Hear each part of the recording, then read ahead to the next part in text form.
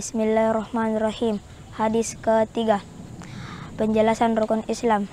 An Abu Abdurrahman Abdullah bin Umar radhiyallahu anhuma qol sami'tu Rasulullah sallallahu alaihi wasallam yaqul bunyal Islamu ala khams syahadatu an la ilaha illallah wa anna Muhammadar Rasulullah wa iqamis salati wa ita'iz zakati wa hajjil baiti wa shaumi Ramadan. Rawahul Bukhari wa Muslim.